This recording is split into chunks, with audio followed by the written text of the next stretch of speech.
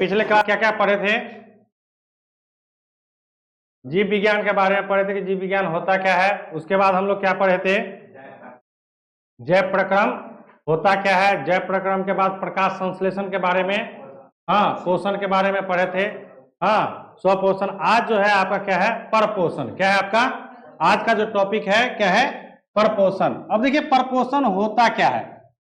नाम ही है परपोषण। पर मतलब क्या? किसी दूसरे पर क्या होना? निर्भर होना। तो कहता कि वैसा प्रक्रिया जिसमें जीव अपना भोजन स्वयं संश्लेषित न करके किसी न किसी रूप से अन्य स्रोत जैसे पेड़ पौधा जीव जंतु आदि पर क्या करता है? निर्भर रहता है, परपोषण कहलाता है। समझिएगा, कहता है कि पोषण की वैसा प्रक्रिया जिसमें जीव जंतु क्या है? कहता कि पोषण का वैसा प्रक्रिया जिसमें अपना भोजन क्या स्वयं संश्लेषित नहीं करता है। जैसे पेड़ पौधा क्या है, पिछले क्लास में हम लोग डिस्कस कर चुके हैं कि पेड़ पौधा जो है क्या है? अपना भोजन स्वयं बनाता है। तो कौन सा विधि से? तो प्रकाश संश्लेषण प्रक्रिया से, यही है ना। लेकिन परपोषण में क्या होता है कि कहता कि वैसा पोषण का वैसा प्रक्रिया जिसमें प्रकाश संश्लेषण की विधि से क्या होता है? भोजन का निर्माण नहीं होता। वह किसी न किसी, चाहे वह प्रत्यक्ष रूप से या अप्रत्यक्ष रूप से क्या दूसरे जीव जंतु या पेड़ पौधा पर क्या होता है? निर्भर रहता है। जैसे मान के चलिए मनुष्य, अमरबेल, गाय, कुत्ता, बिल्ली इत्यादि, ये सब क्या है? परपोषी जीव है। यानी क्या? ये दूसरे पर निर्भर रहने वाला जीव है। अब जैसे देखिए मनुष्य, अब मान के चलिए यहां पर दो शब्द यहां पर समझिएगा। एक होता है प्रत्यक्ष, एक क्या होता है आपका? प्रत्यक्ष। एक क्या होता है? अप्रत्यक्ष। प्रत्यक्ष का मतलब क्या? सीधा सीधा उपयोग करना, सीधा सीधा उपयोग करना। जैसे मान के चलिए फल खाना है, फल खाना, तो फल तो हम किसी पेड़ से सीधे तोड़ सकते हैं। लेकिन मांस खाना है, तो मांस खाने के लिए, या अंडा खाना है, तो अंडा खाने के लिए पहले हमको क्या करना पड़ेगा? मुर्गी पालन करना पड़ेगा, है कि नहीं है? या मांस खाना है तो हमको क्या? बकरी पालना पड़ेगा। लेकिन बकरी को भी जीवित रहने के लिए कुछ ना कुछ चाहिए ना। तो पहले क्या? घास। क्या घास को कौन खाएगा? बकरी। और फिर उससे क्या होगा? जो संतान पैदा होगी, हाँ, उससे जो मांस निकलेगा उससे हम फिर क्या करेंगे? अपना भोजन के रूप में ग्रहण करते हैं, है कि नहीं है? जो मांसाहारी हैं वो तो इसी प्रकार के खाते हैं। तो डायरेक्ट क्या मतलब क्या? ये अप्रत्यक्ष। जैसे दूध, पेड़ से तो दूध निकलता नहीं है, तो पेड़ को पहले कौन खाता है? पेड़ पौधा को, गाय। और फिर उस गाय से क्या होता है? दूध निकलता है। तो ये हो गया अप्रत्यक्ष। अप्रत्यक्ष का मतलब क्या? जिसका सीधा से उपयोग आप डायरेक्ट कर लीजिए। ऐसा पेड़ पौधा हो या ऐसा जंतु हो जिसका सीधा आप उपयोग कर लीजिए। क्या सीधा हम उपयोग कर सकते हैं? क्योंकि उस पौधा से तो उपयोग कर सकते हैं। धान काटते हैं, चावल बना लेते हैं, सीधा है, क्योंकि धान से डायरेक्ट हम ही को मिलता है। लेकिन मांस खाना है, अंडा खाना है, मिलता तो वो भी डायरेक्ट हम, लेकिन वो किस पर पहले निर्भर है? पेड़ पौधा पर। वो क्या है? किस पर निर्भर है? पेड़ पौधा पर। तो यहां पर क्या हो गया? ये अप्रत्यक्ष रूप से। तो यहां पर यही कह रहा है कि वैसा प्रक्रिया जिसमें जीव अपना भोजन स्वयं संश्लेषित नहीं करता है, वह किसी न किसी दूसरे पर क्या करता है? निर्भर करता है। तो इस प्रकार का जो पोषण होता है ना, उसे क्या कहते हैं? परपोषण। जैसे में मनुष्य अमरबेल समझते हैं ना, अमरबेल देखे होंगे आप लोग, कहां रहता है? पौधा के ऊपर में जाल की तरह रहता, पीला पीला कलर का रहता ना। उसका जड़ कहीं दिखाई नहीं देता है, कहीं जड़ होता ही नहीं है। देखिए है अमरबेल? नहीं देखी है? देखिए हम दिखाते हैं, आप लोग देखे होंगे पौधा पर अमरबेल। देखिए इस तरह का रहता है, देखी होंगी पौधा पर, आप लोग देखे होंगे। ये पौधा पर रहता ना। इसका जड़ कहीं पे भी नहीं रहता है, समझिएगा। इसका जड़ नीचे में आपको कहीं पर वो क्या करता है, पौधा से ही अपना भोजन ग्रहण करता है। यानी जिस पौधा पर आता है ना, उसी पौधा से वो अपना भोजन क्या करता है, ग्रहण करता है। गाय भी क्या निर्भर किस पर, पौधा पर। कुत्ता क्या किस पर, मांसाहारी, मांस पे, दूध भी खाता है।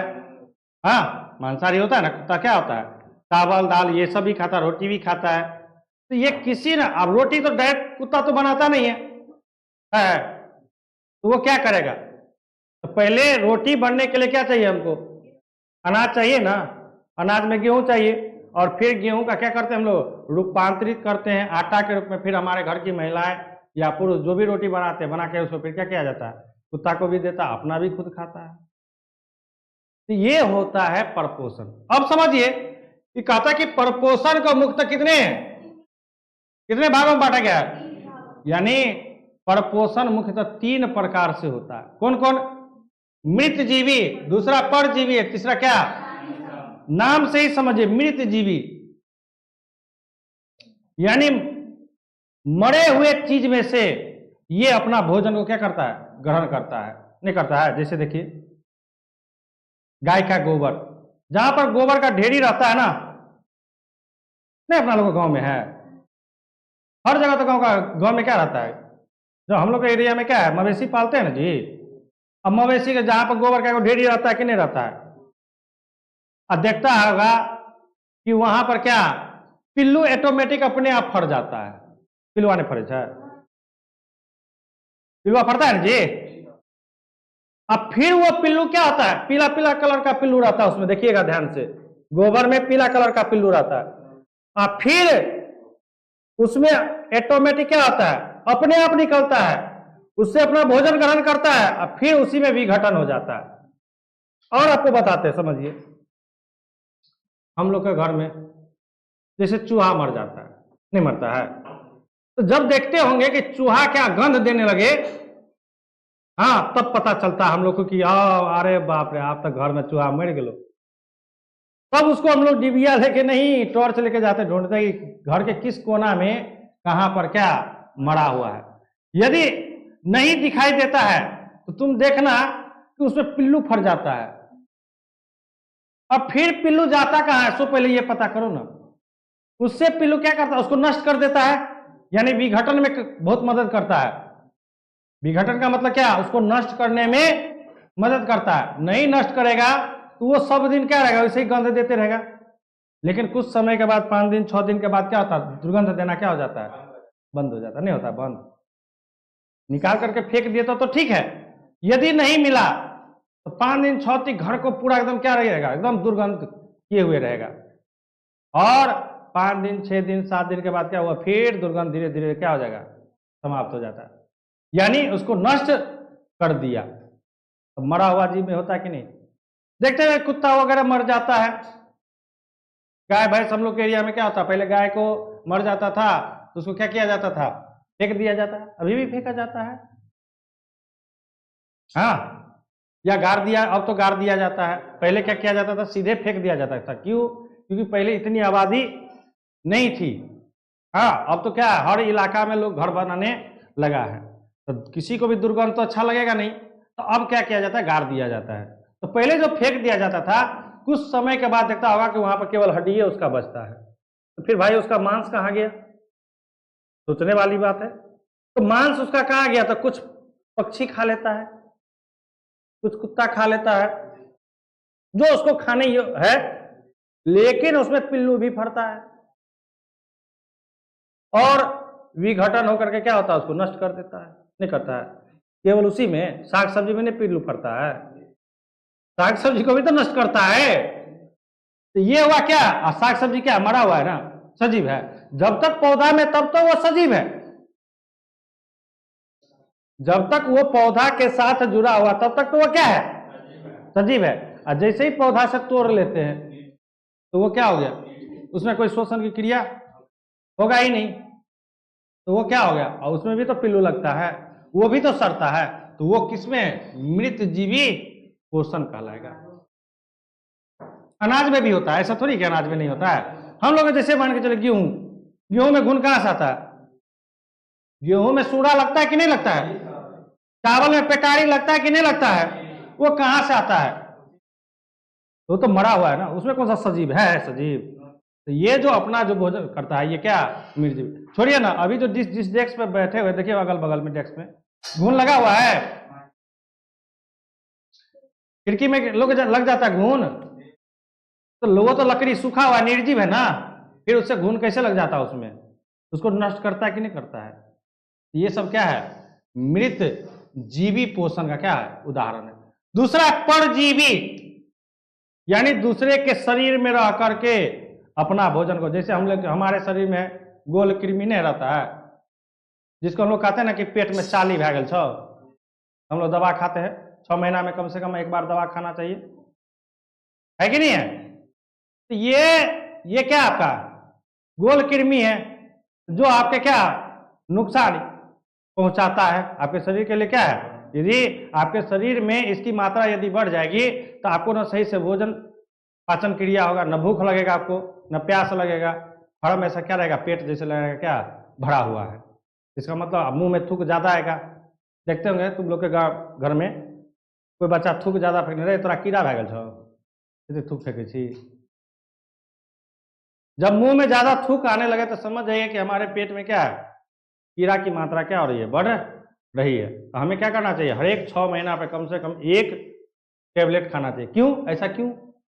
रीजन ये कि हम लोग बाजार का चीज खाते हैं, वो विषाक्त होता है, उसमें क्या रहता है? कीड़ा मकोड़ा सब रहता है, लेकिन हमें दिखाई धूलकण रहता है, क्या हमें दिखाई देता है? नहीं दिखाई देता है। इन चीजों से भी बचने के लिए हमें क्या करना रहता है? उसको नुकसान करना, उसको हटाना रहता है शरीर से। शरीर मेरा कब स्वस्थ रहेगा? तो जब कोई भी अवांछनीय चीज हमारे पेट के अंदर न रहे, जिसकी हमें हमारे शरीर को आवश्यकता नहीं है, तो ऐसे चीजों को नष्ट किया जाता है। फिर है प्राणी सम पोषण, यानी जिस प्रकार से जीव जंतु अपना भोजन ग्रहण करता है। तो देखो प्राणी सम में क्या है कि इसमें क्या है ना कि सरल मतलब क्या तरल पदार्थ का उपयोग किया जाता है, ठोस पदार्थ का भी उपयोग किया जाता है, और इसको ग्रहण करने वाला का आकार भी क्या होता है? निश्चित होता है। उसका एक निश्चित स्थान होता है कि उसी स्थान से क्या करेगा? वो भोजन को प्राप्त करेगा। लेकिन इस सब में क्या है? इस सब को देखने के लिए गए हैं हम लोग। क्लियर है? तो अब हम लोग चलते हैं, पहला क्या है? मृत जीवी पोषण। तो चलिए, कहता कि मृत जीवी परपोषण क्या कहता समझे? कहता कि वैसा पोषण जिसमें जीव अपना भोजन मृत जंतु और पौधों के शरीर से प्राप्त करता है, मृत जीवी परपोषण कहलाता है। अब देखिए यहां पर दोनों चीज है। यहां पर क्या है कि जंतु भी है और पौधा भी है। अब ये जब समझाए कि जंतु का मतलब क्या? जैसे चूहा मर गया, जैसे चूहा मर गया जंतु हो गया।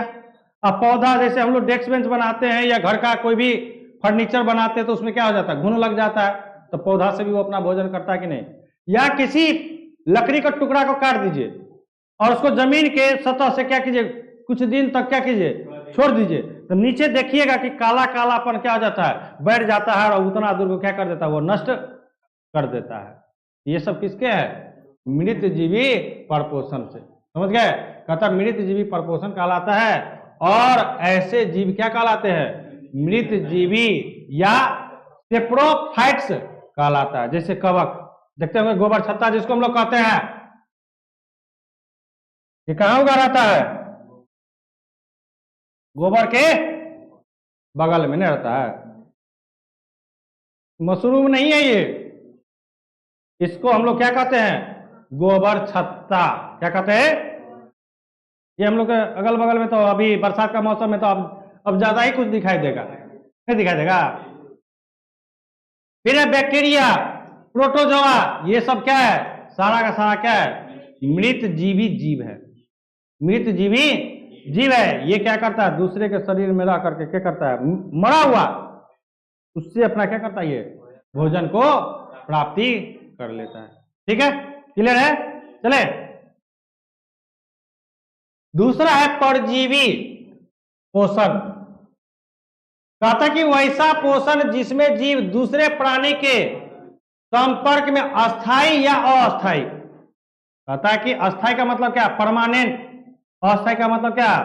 परमानेंट नहीं, यानी कुछ दिन के लिए रहेगा, फिर कुछ टेम्पोररी जिसको कहिए, तो ये कहता है या तो परमानेंट या टेम्पोररी रूप में रहकर उससे अपना भोजन क्या करता है, प्राप्त करता है, परजीवी पोषण कहलाता है। और इस प्रकार के जीव को क्या कहते हैं, परजीवी जीव कहते हैं। तथा जिससे यह भोजन प्राप्त करता है उसको क्या कहते हैं, पोषी। यानी पोषी मतलब पालने वाला, इसको पाल रहा है। जैसे में देखिए मलेरिया मच्छर होता है ना, मलेरिया मच्छर, गोल कृमि जो हमारे पेट के अंदर रहता है, एंट अमीबा, अमरबेल, ये सब जो है ना, ये सब किसका है, कौन सा, परजीवी परपोषण का उदाहरण है। ये सब जीव जो नाम है ये सब किसके है, परजीवी पोषण के उदाहरण है। ये सब क्या है कि दूसरे के शरीर में रह करके, जैसे गोल कृमि है, जैसे क्या आपका गोल कृमि है, तो गोल कृमि किसके शरीर में रहता है, मनुष्य के शरीर में। तो मनुष्य उसके लिए क्या हो गया, मनुष्य उसके लिए क्या हुआ, पोषी हो गया। और गोल कृमि क्या हुआ, परजीवी जीव हुआ। समझिएगा कि हम उसके लिए क्या हो गए, पोषी। क्यों, क्योंकि हम उसको क्या करते हैं, पालते हमारे शरीर में। यानी जो हम भोजन ग्रहण करते हैं उसी भोजन से वो अपना क्या करता है, अपने आप को विकास करता है। तो हम उसके लिए क्या हो गए, पोषी हो गए। और गोल कृमि जो हमारे अंदर में है वह परजीवी जीव हो गया। और जो इस परजीवी जीव जिस प्रक्रिया के द्वारा क्या करता है, अपना विकास करता है, भोजन ग्रहण करता है, उसको क्या कहते हैं, परजीवी पोषण।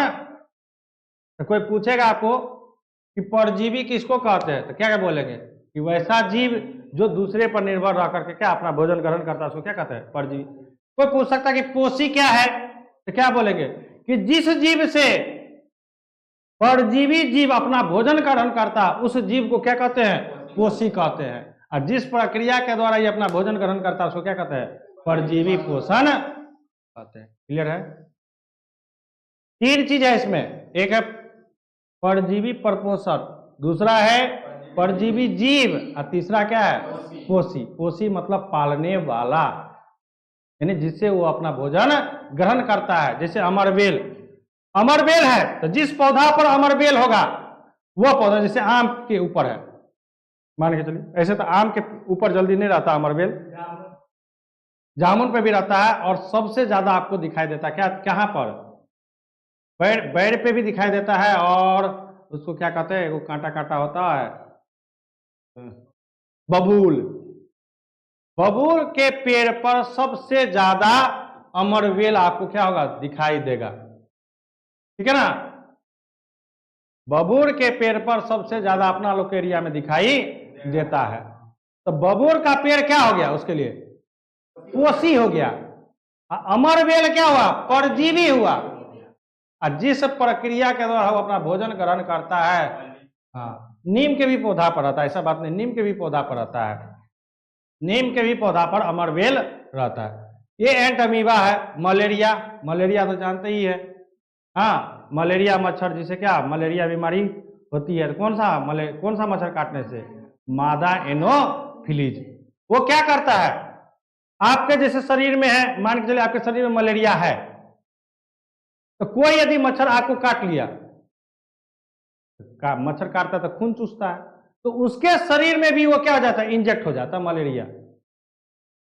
और फिर वो दूसरे व्यक्ति में काटा तो उस व्यक्ति को भी क्या कर देता है, मलेरिया से क्या कर देता है, पीड़ित कर देता है। समझ रहे हैं ना, मतलब क्या कि मलेरिया जो ये मच्छर जो है ये हम पे क्या, हम ही सब खून लिया तो हम उसके लिए क्या बन गए, पोषी बन गए ना, और वो अपना भोजन ग्रहण किया ना, तो ये बन गया परजीवी जीव। ये जो प्रक्रिया है वो प्रक्रिया क्या कहला गया, परजीवी परपोषण। क्लियर है ना, कोई दिक्कत है। चलिए अगला है प्राणी संप्रपोषण। अगला क्या आपका, कहता कि वैसा पोषण जिसमें प्राणी अपना भोजन ठोस या तरल के रूप में जंतुओं के भोजन ग्रहण करने की विधि द्वारा ग्रहण करता है। अब जंतु में तो क्या होता है, मुख्य जितने भी जीव जंतु है इस पृथ्वी पर, उन सभी का क्या है, जो भी थोड़ा बहुकोशिकीय जंतु है, बहुकोशिकीय जंतु की बात करें, एक कोशिकीय नहीं, बहुकोशिकीय जंतु की, ठीक है ना, उनका मुख्य जो भोजन ग्रहण करने का है वह एक क्या होता है, स्थान क्या होता है, निश्चित होता है, जिसको हम लोग क्या कहते हैं, मुंह कहते हैं। जिसको क्या कहते हैं हम लोग, मुख कहते हैं ना। क्योंकि जितने भी जीव जंतु हैं वह सभी कहां से भोजन ग्रहण करते हैं, मुख से। कभी नाक से देखी है करते हुए। कहता कि वैसा पोषण जिसमें प्राणी अपना भोजन ठोस या तरल के रूप में, तो ठोस तो जानते ही हैं हम लोग, ठोस खाते हैं ना, ठोस के रूप में खाते कि नहीं भोजन। चावल क्या है, ठोस के रूप में। हाँ, ठोस। तरल का मतलब क्या, द्रव के रूप में, जैसे दूध, पानी, दाल, हाँ, चाय, ये सब क्या है आपका तरल के रूप में है। ठोस भी भोजन के रूप में करते हैं, और तरल पदार्थ का भी जितना भी जूस है सब तरल के रूप में है कि नहीं। जितना भी कोल्ड ड्रिंक है सब तरल के रूप में, और जितना भी खाद्य पदार्थ है जिसको हम लोग खाते हैं डायरेक्ट, वो किसके रूप में रहता है, ठोस के रूप में। तो यहां भी वही कहता है कि वैसा पोषण जिसमें अपना भोजन ठोस या तरल के रूप में जंतुओं के भोजन ग्रहण करने की।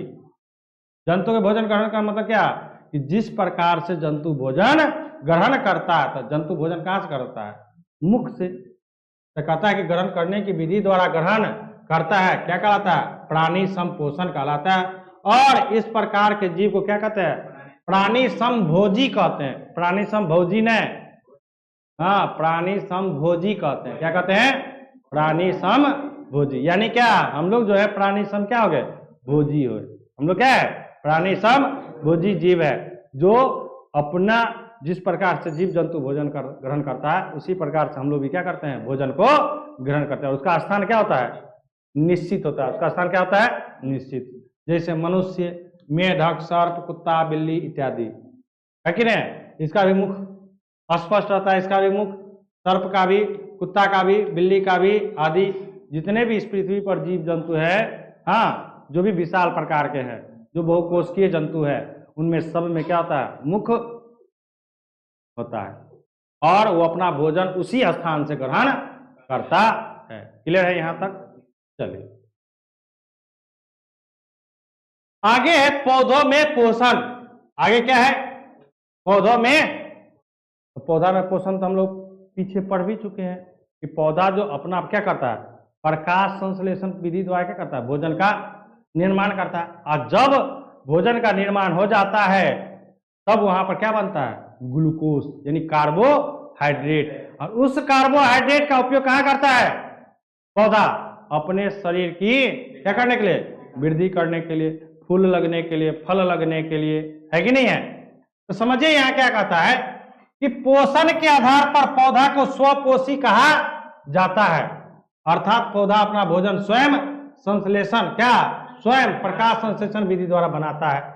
किंतु कुछ ऐसे भी पौधे होते हैं जो दूसरे पर क्या होते हैं, निर्भर होते हैं। कहता है कुछ ऐसे भी जंतु पौधे होते हैं जो दूसरे पर निर्भर होते हैं। वैसे पौधे क्या उस प्रकार के क्या कहते हैं, परपोषण विधि द्वारा अपना भोजन ग्रहण करता है। जैसे में घटपर्णी, अमरबेल, ये भी तो पौधा का ही है ना। घटपर्णी समझा है, घटपर्णी अपना लोग के इलाका में नहीं मिलता है, ये असम के पहाड़ी क्षेत्रों में मिलता है। उसका फूल के आकार का रहता है, समझो। इस पर जैसे ही कोई कीड़ा बैठेगा उसको क्या करेगा, वो बंद कर लेगा और उसमें चूस चूस के उसका रस को पूरा चूस लेगा, समझो। घटपर्णी जो ये जो पौधा होता है वो कमल के फूल की तरह उसका रहता, क्या पंखड़ी खिला रहता है।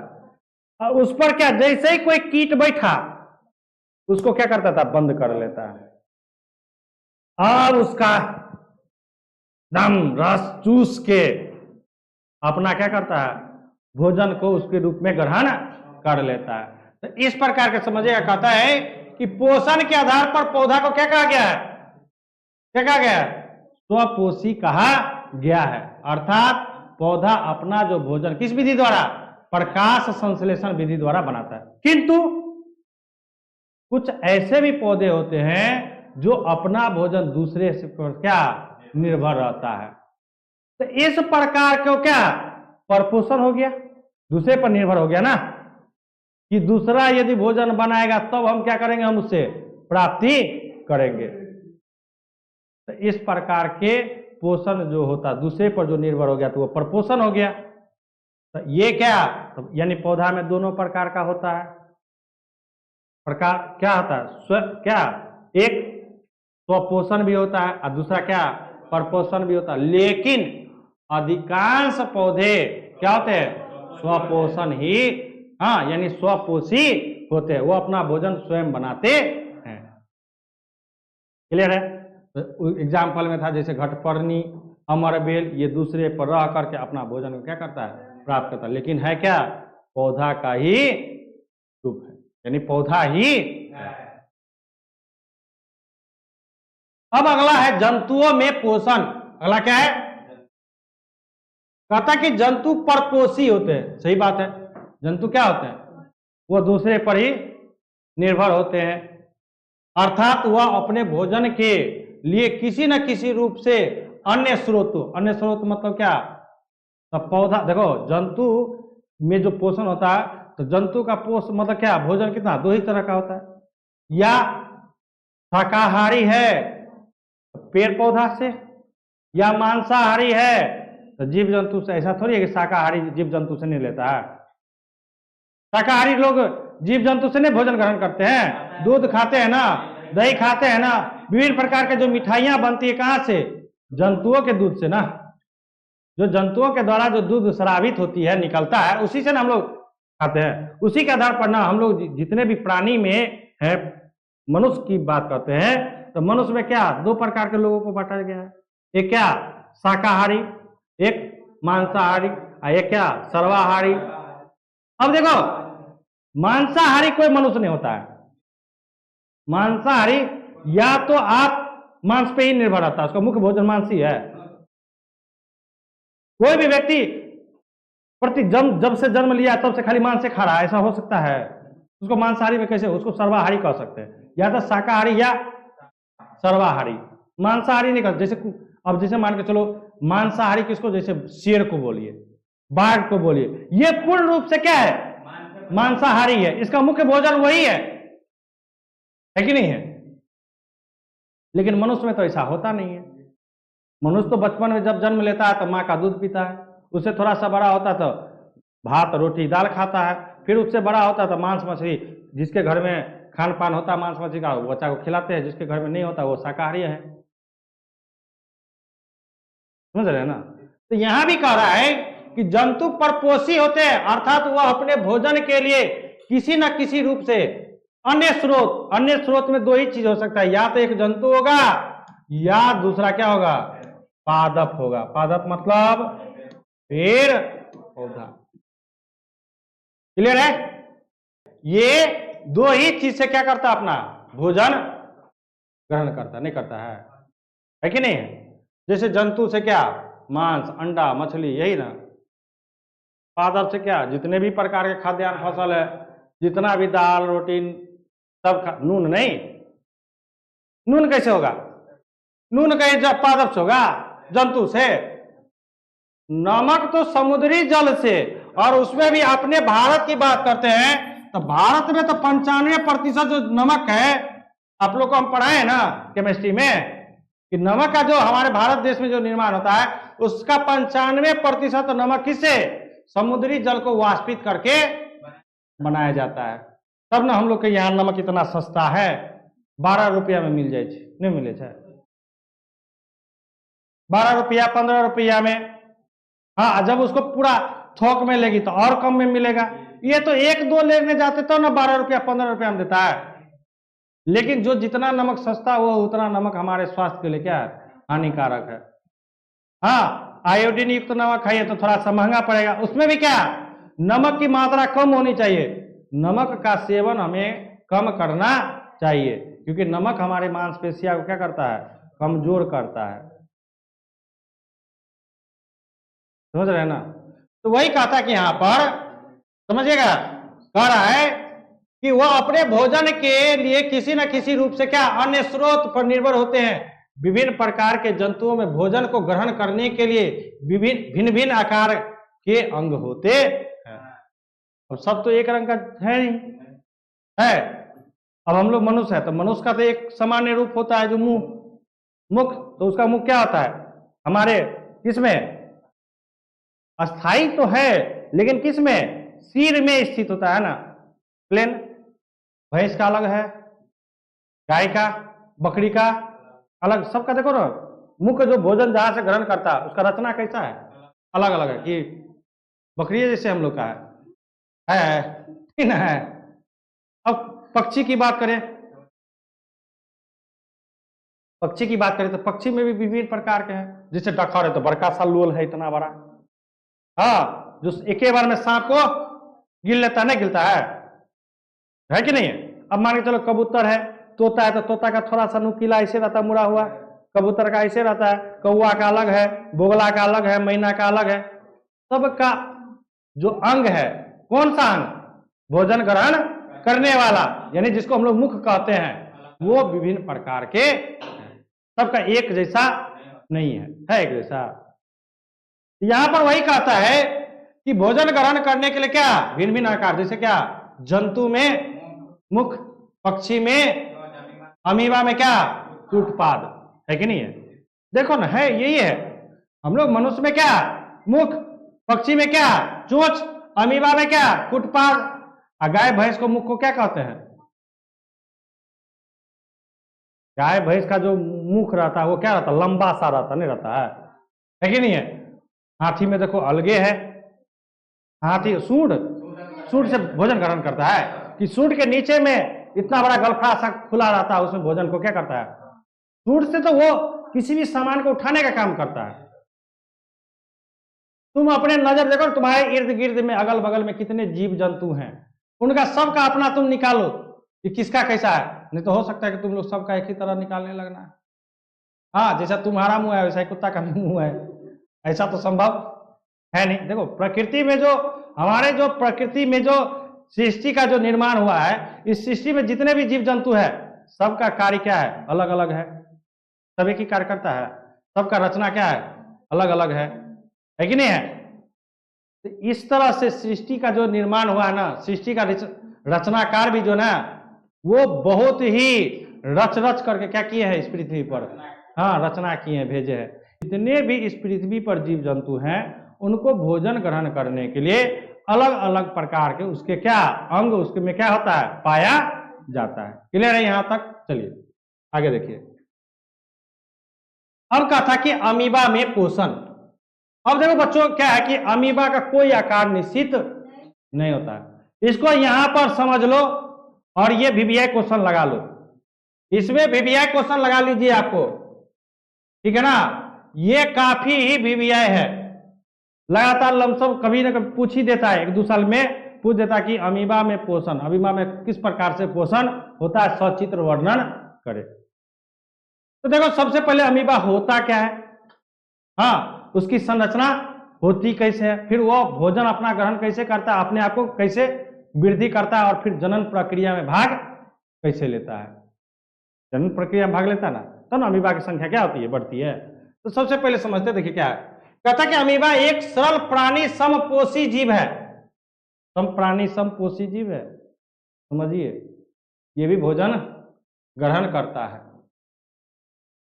कहता जिसका आकार अनिश्चित होता है, हम लोग का आकार निश्चित है, हम लोग का आकार क्या है, हर अंग का आकार क्या है, निश्चित है, लेकिन अमीबा का आकार निश्चित नहीं होता है। यह एक मृदु जलीय एवं एक कोशिकीय जीव है। यानी क्या, मृदु जलीय का मतलब क्या, कि जहां पर जल की मात्रा नमी ज्यादा रहती है वहां पर ये ज्यादा पाया जाता है। मृदु जलीय समझिएगा, कहता है यह एक मृदु जलीय एवं एक कोशिकीय जीव। एक कोशिकीय जीव तो समझ गए कि इसका एक कोशिकीय जीव का मतलब क्या है, कि इसका आकार काफी छोटा होता है, पहला बात ये तो समझ गए। लेकिन यहां पर एक वर्ड जो है, यह एक मृदु जलीय है। मृदु जलीय का मतलब क्या, कि ये जहां पर नमी की मात्रा ज्यादा होती है वहां पर इसकी संख्या क्या होता है, अधिक होता है, यानी वो वहां पर अधिक मात्रा में पाया जाता है। कहता है कि इसमें पोषण, अंतःग्रहण, पाचन एवं बहिष्करण प्रक्रियाओं द्वारा पूर्ण होता है। जैसे हम लोगों में पहले हम लोग भोजन को क्या करते हैं, ग्रहण करते हैं, अंतःग्रहण करते हैं ना, फिर हमारे शरीर के अंदर क्या होता है, उसकी पाचन क्रिया होती है, और पाचन के बाद जो क्या अवशिष्ट पदार्थ होता है वो हमारे शरीर से क्या होता है, मल के रूप में बाहर निकलता है। तो उसी प्रकार से अमीबा में भी पोषण होता है, वो भी भोजन को क्या करता है, ग्रहण करता है। फिर ग्रहण करता है तो उसका क्या होता है, शरीर के अंदर उसका क्या होता है, पाचन होता है। और फिर पाचन होने के बाद उसका बहिष्करण भी होता है। कौन सा, अवशिष्ट पदार्थ। कहता कि इसमें पोषण अंतःग्रहण, पाचन एवं बहिष्करण प्रक्रियाओं के द्वारा होता है, किंतु इसमें भोजन अंतःग्रहण करने के लिए मुख जैसा कोई आकार और निश्चित स्थान नहीं होता है। अब जैसे कहने का मतलब क्या है कि जैसे हम लोग का मुंह है, निश्चित है कि नहीं, और मुंह भी है तो कहां पर है, एक निश्चित स्थान पर है ना। ये हमारे सिर में ही है, कहीं से भी भोजन कर लेते हैं, पेट से कर लेते हैं, पेट में भोजन को देंगे तो होगा, पाचन क्रिया होगा, नहीं होगा। पेट में डायरेक्ट भोजन देते पच जाएगा, नहीं पचेगा। यहां कहता है कि इसमें भोजन अंतःग्रहण करने के लिए मुख जैसा कोई निश्चित आकार नहीं होता है। जब भोजन अमीबा के पास होता है तो वह भोजन को अपने कुटपादों के मदद से चारों ओर से क्या कर लेता है, बहुत तेजी से घेर लेता है। अभी फिगर के साथ समझा देंगे, देखिएगा कैसे घेर लेता है। बाद में कुटपाद का शीर्ष आपस में क्या होता है, जुड़कर भोजन को अंतःग्रहण कर लेता है, यानी अंदर कर लिया शरीर के अंदर। इस भाग को भोजन कहता है, इस भाग को भोजन रसधानी कहते हैं, जहां पर उसको भोजन कहाँ का ले गया है उसको क्या कहते हैं, भोजन। जिसमें भोजन के साथ साथ जल भी उपस्थित, किसी भी, देखो क्या है ना, किसी भी भोजन को टूटने के लिए तो तरल पदार्थ की क्या होती है, आवश्यकता होती है। हम लोग खाना खाते हैं तो पानी क्यों पीते हैं, क्योंकि वो क्या हो जाए, टूटे, वो क्या हो, टूटे, और टूट के क्या हो जाए, लय के रूप में बने। समझ रहा है ना, किसके रूप में, लय, लय जैसे समझते ना, लय के रूप में बने। कहता है कि उपस्थित होता है, और इसी भाग में एंजाइम के द्वारा, इसी भाग में, किस भाग में, रसधानी में, इसी भाग में मतलब रसधानी में, एंजाइम के द्वारा भोजन का पाचन होता है, और पचा हुआ भोजन रसधानी से निकलकर कोशिका द्रव्य में क्या होता है, पहुंच जाता है। क्लियर है। अब कहता है कि जहां से पूरे शरीर में वितरित हो जाता है, हम लोग के भी शरीर में होता है, हम लोग का जो पाचन क्रिया होता है, इसी चैप्टर में पढ़ना है कि छोटी आंत के इलियम भाग में पाचन होता है, और वहां पर एक रंसाकुर जैसी रचना होती है, जो उस ऊर्जा को क्या करता है, अवशोषित करके कहां पर, ब्लड में मिला देता है। तो उसी प्रकार यहां पर भी क्या है, भोजन बनाएगा, और भोजन बनाने के बाद जो ऊर्जा बना, उस ऊर्जा को क्या कर देता है, वितरित मतलब फैलाना। शरीर के अमीबा अपने शरीर के विभिन्न भागों में क्या कर देता है, उसको फैला देता है। और अपचय मतलब अपशिष्ट भोजन को बाहर निकालने के लिए भी कोई निश्चित स्थान नहीं होता अमीबा में, न ग्रहण करने के लिए और न बाहर निकालने के लिए उसके में शरीर में कोई ऐसे विशेष रचना नहीं होती है। तब फिर आखिरकार निकलता है तो कैसे, तो कहता अतः अमीबा शरीर के सतह के किसी भाग में एक अस्थायी छिद्र का निर्माण करता है, जिससे अपचा भोजन को क्या कर देता है, बाहर निकाल देता है। इस प्रकार से भोजन का पाचन होता है। अब समझो, ऐसे ऐसे ऐसे ऐसे ऐसे रहता है अमीबा। इस प्रकार से क्या रहता है अमीबा, जैसे यहां पर भोजन मिला ना, तो ये जो उभरा हुआ भाग है ना, ये जो उभरा हुआ भाग है, इसको क्या कहते हैं, समझिएगा। अमीबा में जो उभरा हुआ भाग रहता है उसी को क्या कहते हैं, ये क्या करेगा, इस कुटपाद को बढ़ाएगा ऐसे करके, हाँ, ये भी ऐसे ऐसे करके बढ़ाएगा, जाकर क्या हो जाएगा, मिल जाएगा। ये भोजन हो गया अमीबा का क्या, अंदर क्या हो गया, यहाँ इसको कहते हैं क्या, अंदर जैसे हो गया, तो ये क्या हो गया, क्या, रसधानी भोजन। अब इस भोजन रसधानी में क्या रहता है, जल भी उपस्थित होता है, ठीक है। अब इस भोजन रसधानी में क्या किया इसको, अब यहाँ पर एंजाइम होता है, क्या होता है, एंजाइम होता है। एंजाइम के कारण क्या हुआ, ये भोजन को पचाएगा, भोजन को क्या करेगा, पचाएगा। और जब भोजन पच जाएगा, जब भोजन पच जाएगा, तो फिर ये अमीबा का ऐसे ही आकार आता है, ऐसे ही आकार आता है। कहीं पर कुछ तो क्या करेगा, कहीं पर एक ऐसे अस्थायी छिद्र बनाएगा जहां से क्या होगा, अपचा हुआ भोजन क्या करेगा, अपचा भोजन को क्या करेगा, बाहर निकाल देगा और फिर इस सतह को क्या करेगा, बंद कर लेगा। ठीक है ना। तो इस प्रकार से क्या करता है, अमीबा अपना भोजन को क्या करता है, ग्रहण करता है।